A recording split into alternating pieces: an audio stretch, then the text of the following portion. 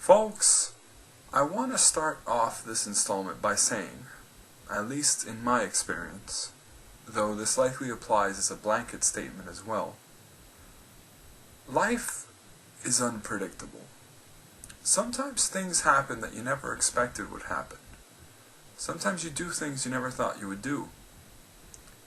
And sometimes you meet people who you never imagined would have such a great impact in your life. A lot of people have come and gone in my life. Some folks I just lost touch with for reasons beyond my control. Some folks passed away. Some folks I just had personal differences with that could never be fully reconciled.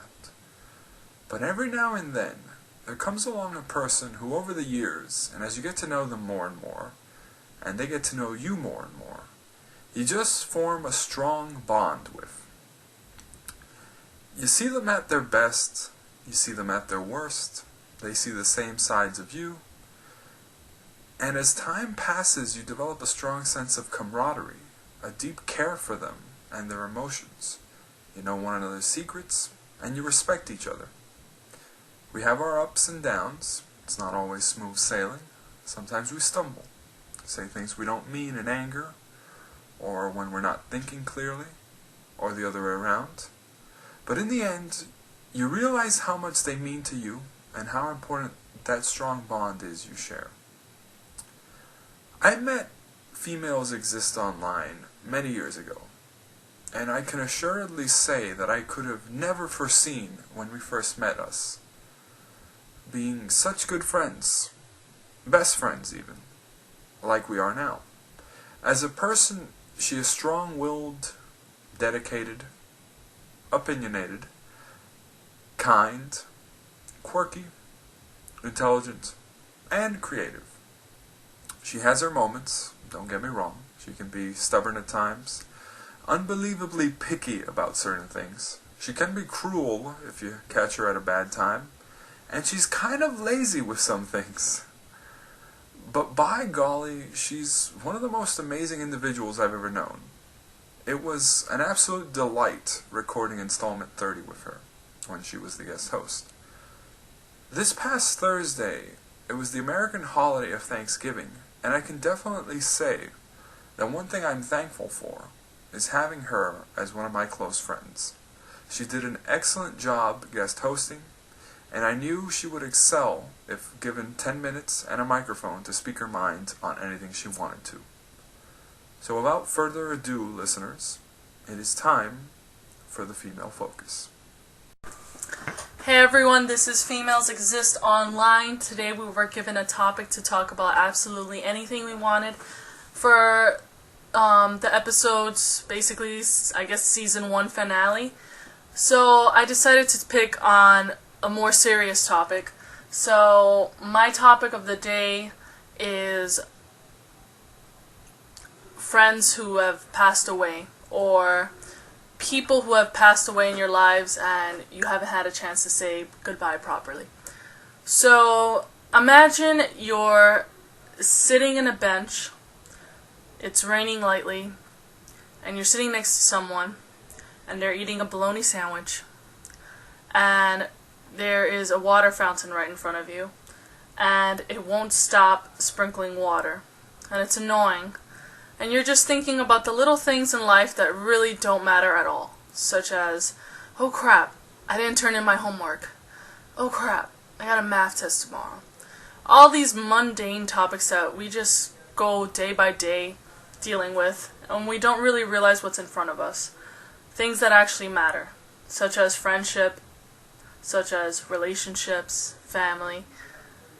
So I asked this time to the audience to truly tell people who you love, or people that you haven't spoken to in a long time, that you love them, or whatever it is you feel that you need to get off of your chest. Because in life, you only have one single life. And let's face it, whatever you don't say, that's what lingers. And personally, I have a situation like that happened to me. And I bring this up now because I was brought with a a plethora of memories that just washed over me when I made a recent trip somewhere. And I found myself in that same area. But this time, I didn't have my friend anymore. I didn't have that stupid, goofy laughter. I didn't have that bologna sandwich.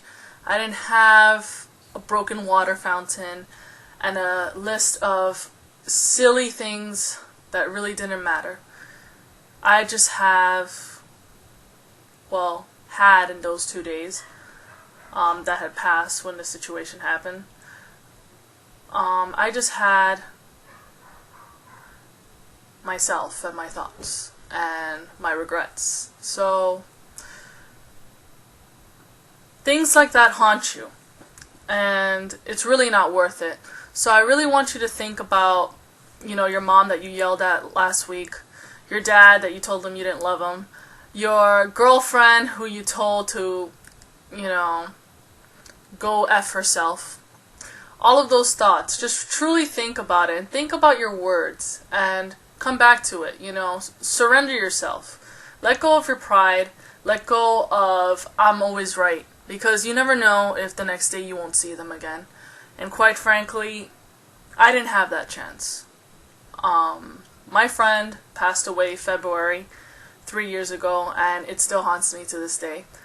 And every time I think of him and I remember him, I always remember the fact that I never told him how much I loved him and how much he meant to me and how much he changed my life, because this was during the time I was attending college, and my college mentality was get in, get out, and forget about it.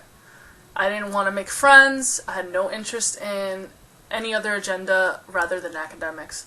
And he was someone who was very persistently in my life. Sometimes I felt it was invasive, but in the end of the day, looking at it now, I was truly grateful for all of his actions and his persistence to be my friend. And it's been 3 years too soon. He died at 19, and quite frankly, I wish I would have said certain words. So please remember that don't live life with regrets. Don't sit around and allow your pride to get the best of you.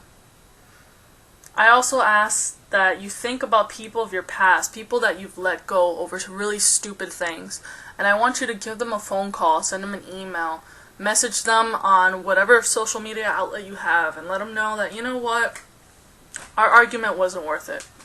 You don't want to live life with contempt. You don't want to live life with burdens.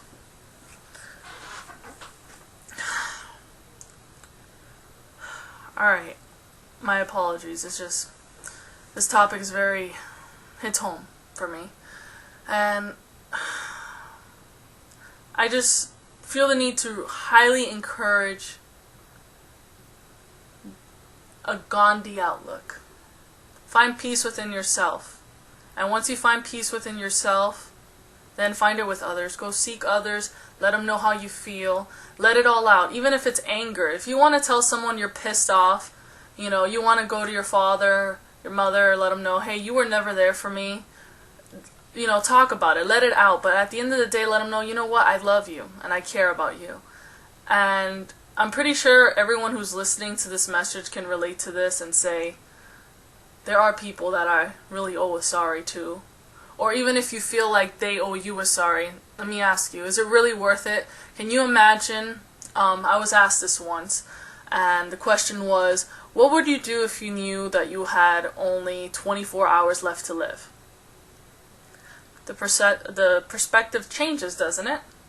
You would do certain things that you normally wouldn't do, knowing that you have, your time is like quicksand. It's slowly sinking away.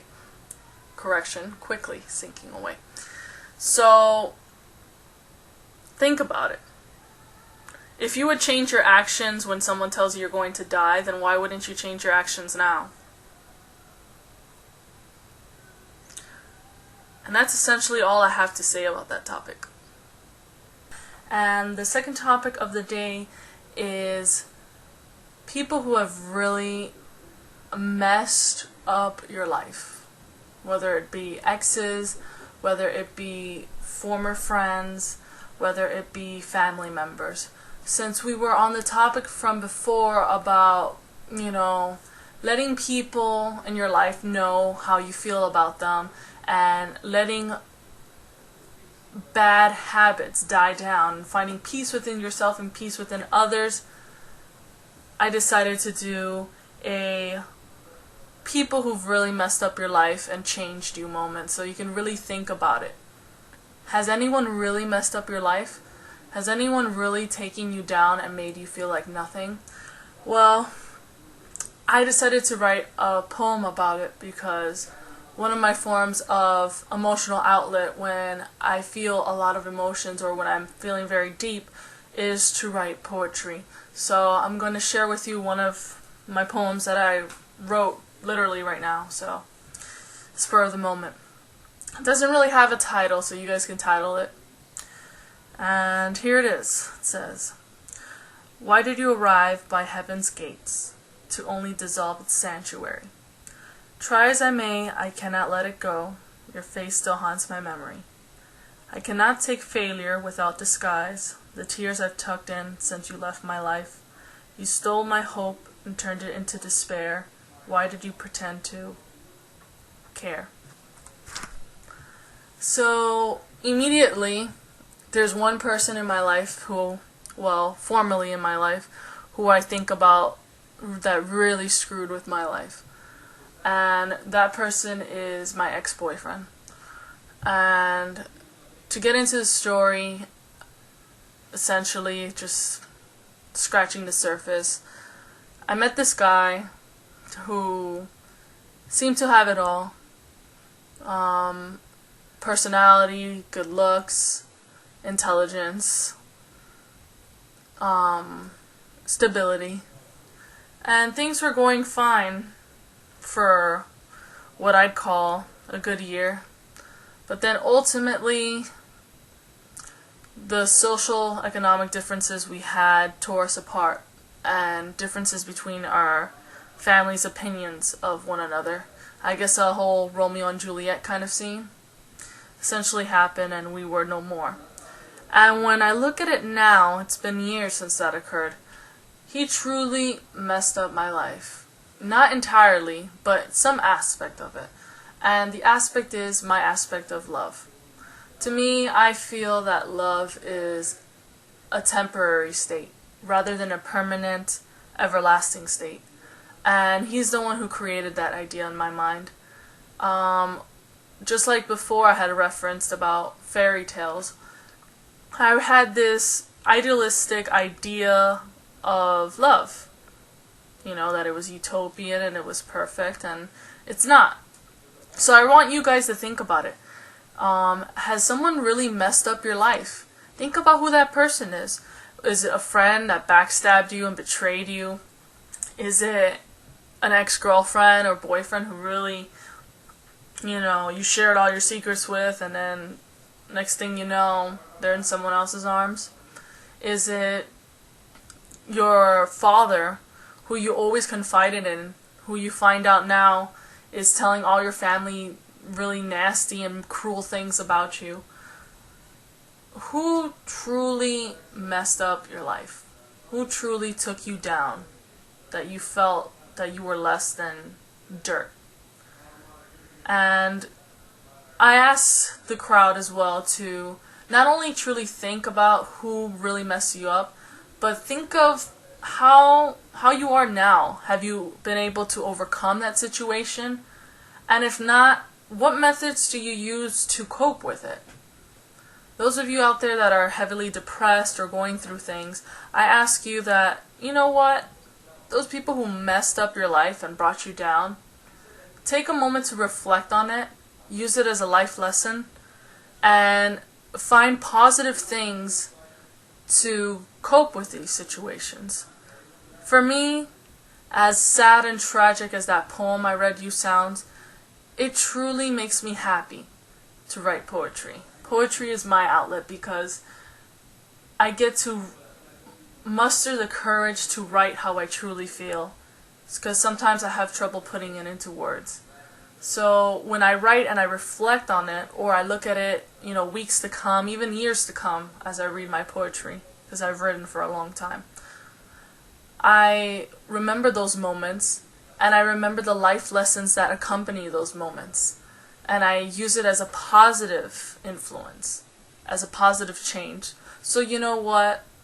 Yes, that ex-boyfriend really did bring me down. And when I think about him, I do get sad. But you know what? It's thanks to him that, sure, love to me may be a temporary idea, but one day I look forward to someone changing my mind on that.